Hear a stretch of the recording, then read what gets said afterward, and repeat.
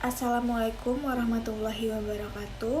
Perkenalkan, nama saya Siti Fazira Aranda. Saya dari jurusan Ilmu Administrasi Negara dengan NIM 200422283 dari mata kuliah Manajemen Sumber Daya Manusia Sektor Publik.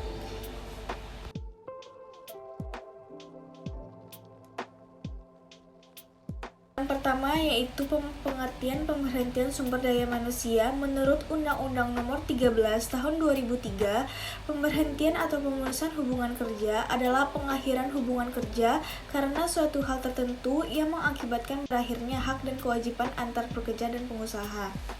Pemberhentian adalah fungsi operatif terakhir manajemen sumber daya manusia. Istilah pemberhentian sinonim dengan separation, pemisahan, atau pemutusan hubungan kerja dari suatu organisasi perusahaan. Fungsi pemberhentian harus mendapat perhatian yang serius dari manajer perusahaan karena telah diatur oleh undang-undang dan memberi risiko bagi pengusaha atau maupun untuk karyawan yang bersangkutan. Pemberhentian harus sesuai dengan Undang-Undang Nomor 12 Tahun 1964 KUHP dengan seizin P4D atau P4D dengan keputusan pengadilan.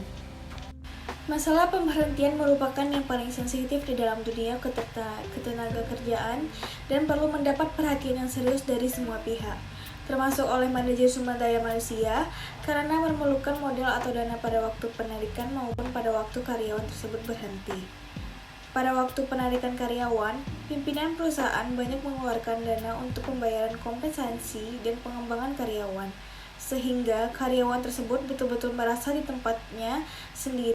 Demikian juga pada waktu karyawan tersebut berhenti atau adanya pemutusan hubungan kerja dengan perusahaan mengeluarkan dana untuk pensiun atau pengasongan atau tunjangan lain yang berkaitan dengan pemberhentian, sekaligus memprogramkan kembali penarikan karyawan baru yang sama halnya seperti dahulu harus mengeluarkan dana untuk kompensasi dan pengembangan karyawan. Di samping masalah dana yang mendapatkan perhatian, juga yang tak kurang pentingnya adalah sebab musabab karyawan. Akibatnya dari pemberhentian berpengaruh besar terhadap pengusaha maupun karyawan. Untuk karyawan dengan diberhentikannya dari perusahaan atau berhenti dari pekerjaan, berarti karyawan tersebut tidak dapat lagi memenuhi kebutuhan secara maksimal untuk karyawan dan keluarganya. Atas dasar tersebut, maka manajer sumber daya manusia harus sudah dapat memperhitungkan berapa jumlah uang yang seharusnya diterima oleh karyawan yang berhenti.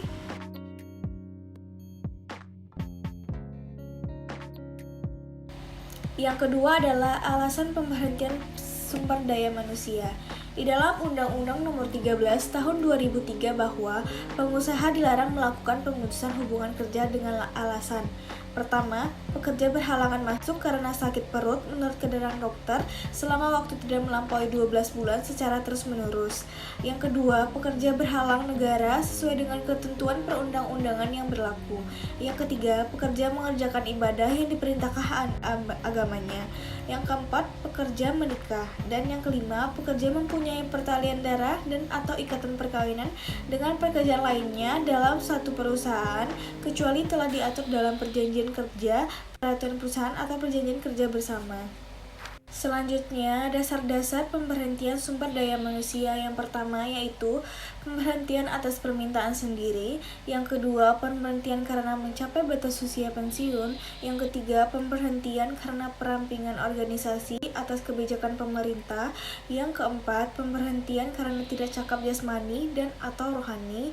Yang kelima, pemberhentian karena meninggal dunia. Yang keenam, pemberhentian karena melakukan tindak pidana. Yang ketujuh, pemberhentian karena pelanggaran disiplin. Yang kedelapan, pemberhentian karena mencalonkan diri atau dicalonkan menjadi presiden dan wakil presiden. Yang kesembilan, pemberhentian karena menjadi anggota dan atau pengurus partai politik. Dan yang kesepuluh, pemberhentian karena tidak menjabat lagi sebagai pejabat negara.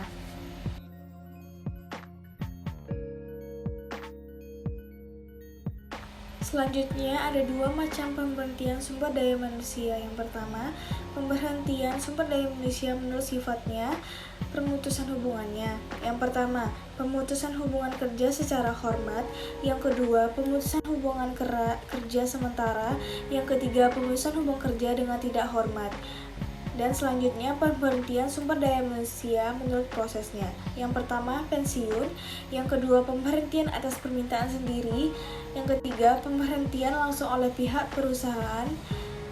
Yang keempat, pemberhentian sementara. Dari uraian tersebut dapat diambil kesimpulan sebagai berikut. Pemberhentian atau pemutusan hubungan kerja adalah pengakhiran hubungan kerja karena suatu hal tertentu yang mengakibatkan berakhirnya hak dan kewajiban antara pekerja dan perusahaan. Pemberhentian harus didasarkan atas Undang-Undang Nomor 12 Tahun 1964 KUHP, berperi kemanusiaan dan menghargai pengabdian yang diberikan kepada perusahaan, misalnya memberikan uang pensiun dengan pesangongan. Pemberhentian pegawai negeri sipil diatur dalam Peraturan Pemerintah Nomor 32 Tahun 1979 tentang pemberhentian pegawai negeri sipil. Ada beberapa alasan yang menyebabkan seseorang berhenti atau putus hubungan kerjanya dengan perusahaan, diantaranya disebabkan karena 1. Perundang-undangan, yang 2. Keinginan perusahaan, yang ketiga keinginan karyawan, yang keempat pensiun, yang kelima kontrak kerja berakhir, yang keenam meninggal dunia, yang ketujuh perusahaan dikuidasi, yang kedelapan pengaruh pemberhentian karyawan terhadap perusahaan cukup besar pengaruhnya terutama dalam masalah dana karena perusahaan harus membayar pensiun atau pesangon dan tunjangan-tunjangan lainnya kepada karyawan yang diberhentikan. 9. Konsekuensinya pemutusan hubungan kerja biasanya dapat dikategorikan sebagai kerugian dari PHK menurut Balkin, Meijad, dan Cardy.